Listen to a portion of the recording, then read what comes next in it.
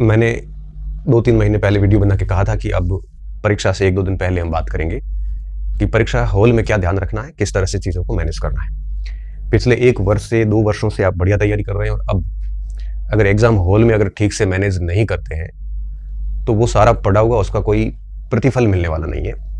ऐसी स्थिति में अब आवश्यकता ये है कि हमें ठीक तरीके से कैसे चीज़ों को मैनेज करना है। इस समय बड़ा संवेदनशील समय होता है और बच्चा कहीं न कहीं गलती कर देता है। तो ऐसी स्थिति में हमारा कर्तव्य बनता है कि हम कुछ चीज़ें क्लियर करें आपके समक्ष कि आप ऐसी कोई सिली मिस्टेक ना करो। तो अब हम बात करेंगे कि जो वरिष्ठ अध्यापक का एग्ज़ाम है, उसमें आपको किन चीज़ों का ध्यान रखना है। 7 सितंबर से एग्ज़ाम है। देखो, सबसे पहली बात, जो भी आरपीएससी ने प्रवेश पत्र जारी किया होगा, उसको आप एग्ज़ाम की पूर्व रात एक बार ठीक से देख लेना। कई बार आरपीएससी सेंटर चेंज कर देती है। 7 को एग्ज़ाम है तो 6 तारीख की रात को एक बार वापस से आरपीएससी की वेबसाइट पे जाके और प्रवेश पत्र देख लेना कि कहीं आपका सेंटर चेंज तो नहीं हुआ है। और कोशिश करना कि एग्ज़ाम से एक दिन पहले ही आप उस सेंटर को देख के आ जाए, क्योंकि कई बार एक ही नाम के कई सेंटर होते हैं और फिर हम भागते हैं और पूरा मैनेजमेंट बिगड़ जाता है। तो 6 तारीख को आपको अपने एग्ज़ाम शहर में पहुंच जाना है, सेंटर जहाँ पे है भी है, और आपका जो भी आधार कार्ड, आइडेंटिटी सब एक बार वापस से वेरीफाई कर लें कि ये सारी चीज़ें पड़ी है। कई बार क्या होता है कि हमारा कोई डॉक्यूमेंट्स गुम हो जाता है, फिर हाथों हाथ मिलता नहीं है, एग्जाम में रोक दिया जाता है। ये चीज़ें अभी आपको यूँ लग रही होगी, ऐसा थोड़ी होता है। जब होती है तब हालत ख़राब हो जाती है। और अक्सर हम जब परीक्षाएं करवाते हैं तो ऐसे केसेज आते हैं जब कई बच्चे आधार कार्ड भूल के आ जाते हैं, कई बच्चे प्रवेश पत्र भूल के आ जाते हैं। तो ऐसी स्थितियाँ भगवान करें ना हो, इस हेतु एग्जाम से एक दिन पहले आप सारे पॉइंट आउट करके सारी चीज़ों की लिस्ट बना के और टेबल पे रख लें कि भाई ये चीज़ें मुझे ले जानी है। और सेंटर भी एक दिन पहले देख लें ताकि आपको आइडिया हो जाएगा कि उस सेंटर तक पहुंचने में कितना समय लगेगा आपको, और मोड ऑफ ट्रैवलिंग क्या रहेगा, टेम्पो वगैरह सारी चीज़ें आपको पता चल जाएगी। नहीं तो पूरी रात दिमाग में रहता पता नहीं कितना दूर सेंटर है वगैरह वगैरह, ये सारी दिक्कतें आती है। और आजकल आपको पता है कि रिपोर्टिंग टाइम 2 घंटे पहले होता है। तो ऐसी स्थिति में एक दिन ये सारा काम आधे घंटे 2 घंटे का काम होता है, ये सब कर लेना चाहिए। अच्छा, इसके अलावा रुकने का स्थान ऐसा हो जो कोई जहाँ से किसी का इंटरफेस नहीं हो। जनरली हम अगर किसी फैमिली मेंबर्स के वहाँ जाते हैं तो दिक्कतें होती है, कई सारे लोग पूछते हैं, करते हैं, कंफर्टेबल नहीं हो पाते। तो कोशिश करिए कि किसी होटल में, सराय में, ऐसी जगह रुकें जहाँ पे आपको किसी भी प्रकार का कोई कंफर्टेबल भी हो और वहाँ पे कोई आपको बिना फालतू कुछ पूछने वाला भी नहीं, क्योंकि ये एग्जाम का टाइम होता है, बड़ा संवेदनशील टाइम होता है। साथ में प्रवेश पत्र वगैरह पे जो भी दिशा निर्देश होते हैं उनको ठीक से पढ़ के और उसके अनुसार ही आचरण करें, उसके अनुसार डॉक्यूमेंट्स तैयार करें। बस एग्जाम हॉल तक आपको कोई दिक्कत नहीं है इस हेतु, क्योंकि हम परीक्षाएं करवाते हैं तो हम अक्सर देखते हैं कि कई बच्चे कहीं कुछ ये नहीं ले आए, वो नहीं ले आए, फिर वापस भागते हैं, कहीं टेम्पो लेट हो जाता है, फिर परीक्षा देने नहीं देते। तो इन चीज़ों से बचें आप। अब जब एग्जाम हॉल में पहुंच जाते हैं तो उससे थोड़ा पहले 1-2 दिन पहले की मैं और बात बता दूं, बड़ी बड़ी पुस्तकें अब इस समय पढ़ने की जरूरत नहीं है, साथ में ले जाने की जरूरत नहीं है। हाँ, आपने कोई शॉर्ट नोट्स बना रखे हैं तो वो आप साथ में वो पेजेस ले जा सकते हैं। आपने अगर कुछ चीज़ें छोटे मोटे कुछ 2-4 रजिस्टर बना रखे हैं तो वो थोड़ा देख सकते हैं, लेकिन परीक्षा से मतलब पूरी रात जो है ये सब करने की आवश्यकता नहीं है। और 2 परीक्षाओं के बीच के समय में भी कोई शॉर्ट नोट्स देख सकते हो। मुझे लगता है इससे अधिक बड़ी किताबें देखने की इस समय जरूरत नहीं है बिल्कुल भी। ना कुछ याद रहता है, उल्टे डिमोटिवेट हो होते हैं। ना कहीं प्रश्नों के ऊपर डिस्कस करें, ना लोगों से सवाल जवाब करें, क्योंकि कोई ऐसा उल्टा सीधा प्रश्न कर लेगा और एक प्रश्न अगर आपको उत्तर नहीं आया तो आपको अपनी पूरी तैयारी पे डाउट हो जाएगा, पूरा दिमाग खराब हो जाएगा। कैसी भी ऐसे साथी के साथ ना रहें जो फालतू प्रश्न पूछे। अब प्रश्न पूछने का, करने का ये सारा सारा दौर जो है वो चला गया, इसलिए बहस से बचें, किताबों से भी इस समय बचें, सवाल जवाब करने से भी बचें, है ना। ये सारी चीजें जो है वो ध्यान रखें। फिर क्या करना, जैसे आपका पहला पेपर हो गया तो प्रथम पेपर होने के बाद में इसको नहीं देखें आप, जब तक सेकंड पेपर हो जाए उसके बाद ही देखें। क्योंकि पहला पेपर होने के बाद में कई साथी लोग कुंजी बनाएंगे, कई लोग यूट्यूब पे लाइव आएंगे, करेंगे, सारी चीजें होगी, बट बचना में इसलिए जरूरी होता है कि मान लो अगर इस पेपर में कोई 2-4 त्रुटियां होगी अनएक्सपेक्टेड, तो मूड खराब हो जाएगा, जिसका असर सीधा सीधा सेकंड पेपर पे पड़ता है। इसलिए मैं ये मानता हूँ कि पहला पेपर होने के बाद उसको मत देखो, सेकंड पेपर करके ही सांस लेना आप, तब तक छोड़ो, दोनों को पेपर को एक साथ देखना। मैं तो ये कहूंगा कि जैसे ए ग्रुप का पेपर होता है तो बी और सी ग्रुप को भी इसका पहला पेपर नहीं देखना चाहिए, क्योंकि पेपर प्रश्न रिपीट तो होना नहीं है, पहली बात। दूसरी बात, अगर बहुत टफ पेपर आ गया तो सेकंड और थर्ड और फोर्थ वाले यूं ही परेशान हो जाएंगे और एक अनएक्सपेक्टेड प्रेशर क्रिएट हो जाएगा, जैसा कि फर्स्ट ग्रेड में हुआ था। फर्स्ट ग्रेड में हिंदी वालों का पेपर ए ग्रुप में था, उस पेपर को देख के इतिहास वाले यूं ही डर गए और वो इतिहास वालों का पेपर कईयों का खराब हो गया और उन्होंने बिल्कुल वो होच पोच हो गए थे। तो मैं यही कहूंगा कि अब आप अपने 2 पेपर ही देखना, और वो भी मेरी बात समझ गए होंगे, बी सी डी ग्रुप को ए बी सी के देखने की जरूरत नहीं है। और जो बच्चे एक ही दिन पेपर है उनको भी अपना पहला पेपर है वो दोनों पेपर देने के बाद देखना तो ज़्यादा बेहतर रहेगा। हालांकि आप अपनी इंद्रियों पे नियंत्रण नहीं रख पाओगे, फिर भी मेरी सलाह यही है, अगर कोई मान लेता है तो अच्छी बात है, नहीं तो कोई बात नहीं, ठीक है, इसका ध्यान रखें। इसके अलावा जब आप परीक्षा हॉल में जाएं तो परीक्षक वगैरह से किसी से कोई बहस नहीं करें, फालतू कोई विवाद नहीं करें, आसपास के जो भी परीक्षार्थी बैठे हैं उनके से कोई जान पहचान नहीं निकालें, क्यों कोई मतलब नहीं है इन सब चीज़ों का। सीरियस स्टूडेंट आपको प्रश्न का उत्तर नहीं बताएगा और नॉन सीरियस वैसे भी काम का नहीं है, इसलिए इस तरह से वहाँ रिश्ते बनाने की कोई कोशिश ना करें, कोई मतलब नहीं है, एक अच्छे स्टूडेंट बने रहें। साथ में जब आप प्रश्न अटेंड करना शुरू करो, पेपर जब आपके सामने होगा, तो मान लो कठिन प्रश्न वगैरह हो तो डरने की आवश्यकता नहीं, वो पूरे राजस्थान का ही होता है। अभी आपने देखा होगा फर्स्ट ग्रेड के अंदर 40% का जो क्राइटेरिया था वो बहुत सारे स्टूडेंट नहीं कर पाए, और मेरिट आपने देखी होगी कि कुछ डबल डिजिट में पोस्ट होने के बावजूद भी मेरिट बहुत नीचे चली गई। इसलिए मैं ये कहूँगा कि पहली कोशिश ये करनी है, क्योंकि आरपीएससी का बदला पैटर्न है तो पेपर तो ढंग का ही आएगा, तो आपको कोशिश बनती पड़ती ये करनी है कि 40% अगर बढ़िया क्रॉस हो जाए तो उसके बाद में देखना यही है कि और भी अपन इतना इसको कैसे अप कर सकते हैं। तुक्के नहीं मारने हैं, क्योंकि आजकल के पेपर में तुक्के बैठेंगे नहीं आपके, इसलिए आप रिस्क तो लें, लेकिन कैलकुलेटेड रिस्क लें। कैलकुलेटेड का मतलब यह है कि वो सारे प्रश्न करें जिसके आपको सभी विकल्प आ रहे हो, वो सारे प्रश्न करें आप जिसको आपको 3 विकल्प के बारे में एग्जैक्ट जानकारी हो, तो सीधा उत्तर निकल जाएगा। वो सवाल भी कर लीजिए, 2 विकल्प आपको एग्जैक्ट आ रहे हैं, 2 नहीं आ रहे हैं, तो ऐसे भी आप काफी प्रश्न कर सकते हैं। उन प्रश्नों को बिल्कुल रेड मार्क करके छोड़ दें जिसके बारे में आपको कोई जानकारी नहीं है, कोई जानकारी नहीं हो या आपको केवल एक विकल्प की जानकारी हो, ऐसे प्रश्नों को छोड़ दें। 30 छोड़ने पड़े तो 30 ही छोड़ दो, 40 छोड़ने पड़े तो 40 ही छोड़ दो। क्यों? क्योंकि ऐसे प्रश्नों में कोई गारंटी नहीं है कि आपका कोई सवाल सही होगा, इसलिए जितने एग्जैक्ट आते हैं वो तो करना ही है। अब मान लो किसी 100 प्रश्न है, पहले पेपर में आपको पता 100 प्रश्न है और दूसरे पेपर में आपके 150 प्रश्न है, तो टोटल 500 का पेपर है ग्रेड 2 का, तो 4 ऑप्शन वाले जैसे 100 में से 30-40 प्रश्न आपको आ रहे एग्जैक्टली, वो आपने कर लिए, बढ़िया ध्यानपूर्वक तरीके से किए और गोले अच्छे से भर दिए ताकि कोई भी आपसे एरर भी नहीं हो।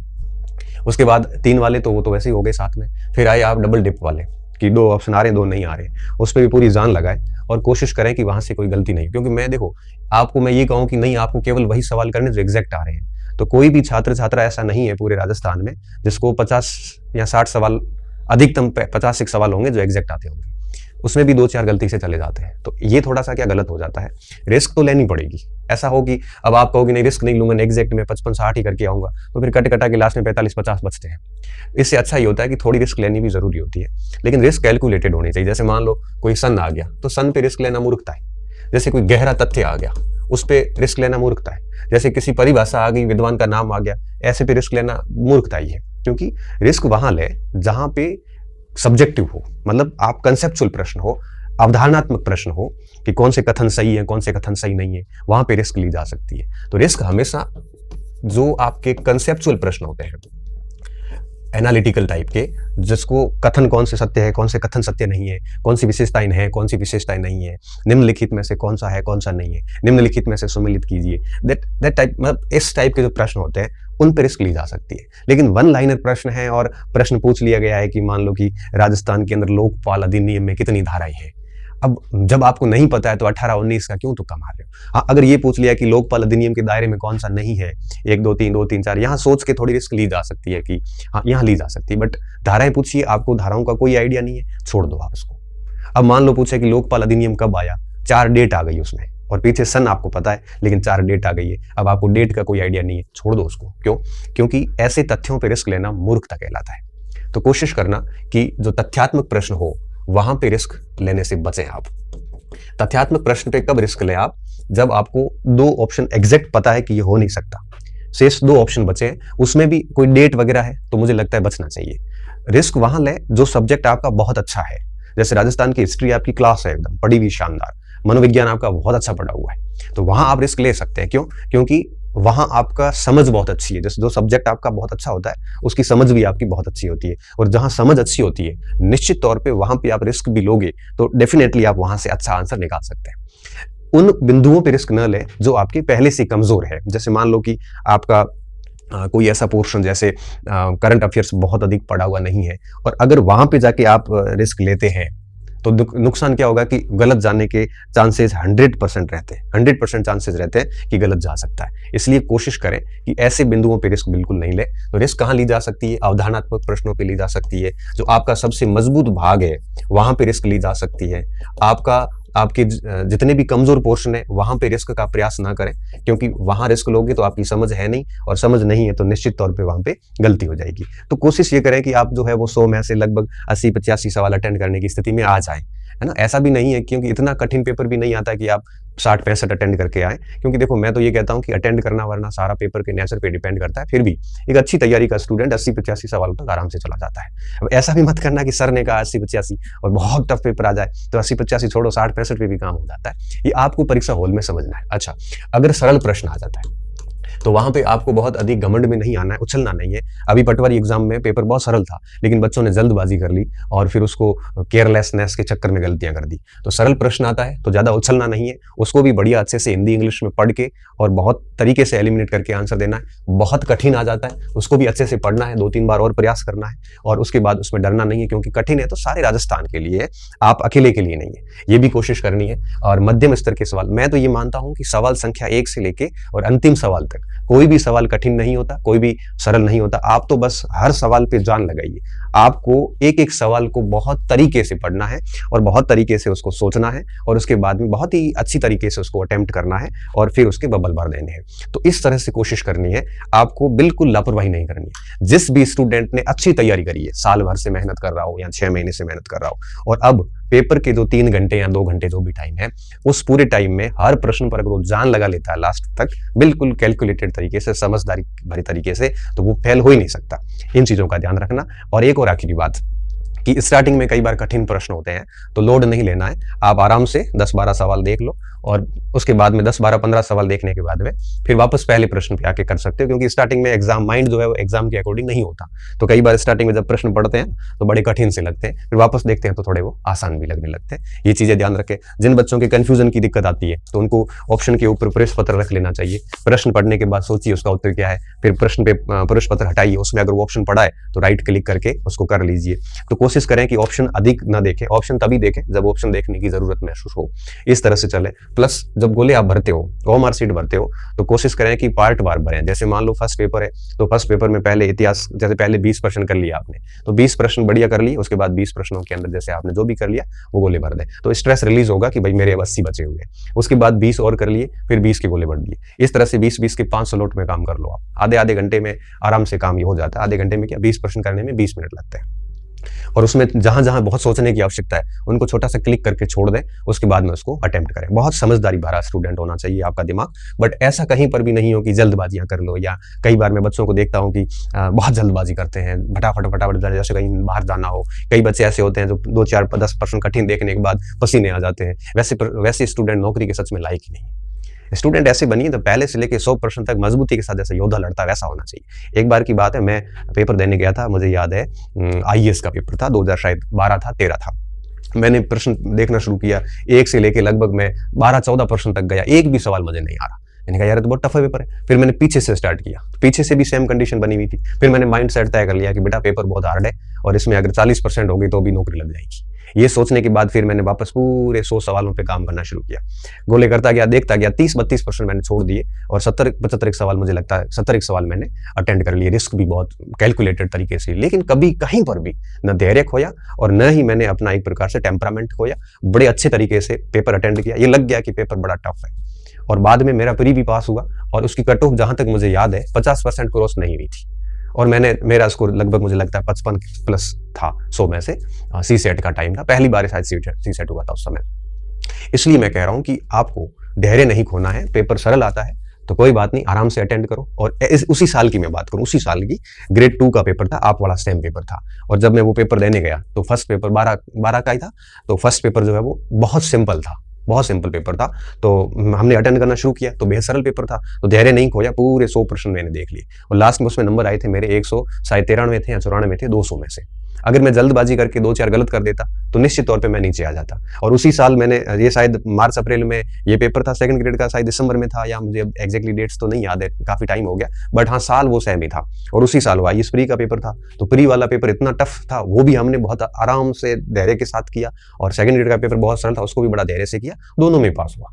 इसलिए मैं कह रहा हूँ कि अगर सरल प्रश्न आता है तो धैर्य नहीं खोना, आराम से करना। और अगर कठिन प्रश्न होते हैं तो आपको उस समय भी अपना टेम्परामेंट नहीं खोना है, शांति से सोचना है कि भाई पूरे राजस्थान के लिए टफ है। और कई बार हम ऐसे पेपर हॉल में कैसे क्या कर लेते हैं कि अब तो क्या बस आ तो रही नहीं है, अब हम पूरे स्लॉट मारेंगे। ऐसे करने से कुछ नहीं होने वाला। इससे अच्छा है जितना आ रहा है उतना ढंग से कर लो, थोड़ी बहुत कैलकुलेटेड रिस्क ले लो, शांति से काम करिए, अच्छे से बबल्स भरिए टाइम टू टाइम। ऐसा नहीं हो कि लास्ट में बच जाए, नहीं आ रहे वो लास्ट में 10 मिनट मिलते हैं तब 500 विकल्प भर लो। अभी हिंदी में रिजल्ट आया फर्स्ट ग्रेड का, मैंने देखा 700-800 बच्चों को इसलिए डिस्क्वालीफाई किया कि उन्होंने 500 विकल्प ही नहीं भरा। तो कृपया करके ऐसी चीजें ना करें और लास्ट 10 मिनट बचते हैं पूरी ओएमआर शीट को चेक कर लें, जो गोले बच रहे हैं, जो प्रश्न आपसे नहीं हो रहे उनका एटलीस्ट जो ई ऑप्शन है वो भरने के बाद उसको छोड़ दें, क्योंकि कठिन पेपर होगा तो मेरिट नीचे आ जाएगी। अभी आप सोचो फर्स्ट ग्रेड के मेरिट्स देखो आप, 50% मेरिट किसी की नहीं है, 50-55% मेरिट भी नहीं रहेगी, अभी इतनी रही है और आगे लास्ट में आएगा 60% के आसपास मेरिट अटक जाएगी, जिसमें तो एक सब्जेक्ट है।